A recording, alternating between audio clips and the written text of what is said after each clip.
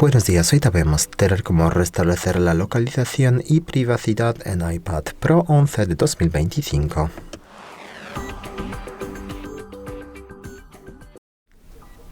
Para empezar abrimos la aplicación Ajustes y luego en Ajustes abrimos la pestaña General. Es una de las primeras. Y luego aquí a la derecha pasamos a la penúltima opción Transferir o restablecer el iPad y luego pulsamos la opción Restablecer, también la penúltima.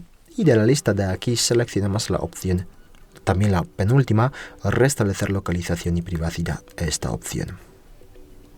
Luego confirmamos nuestro código de pantalla de bloqueo, confirmamos a la derecha y después de eso los ajustes ya se han restablecido.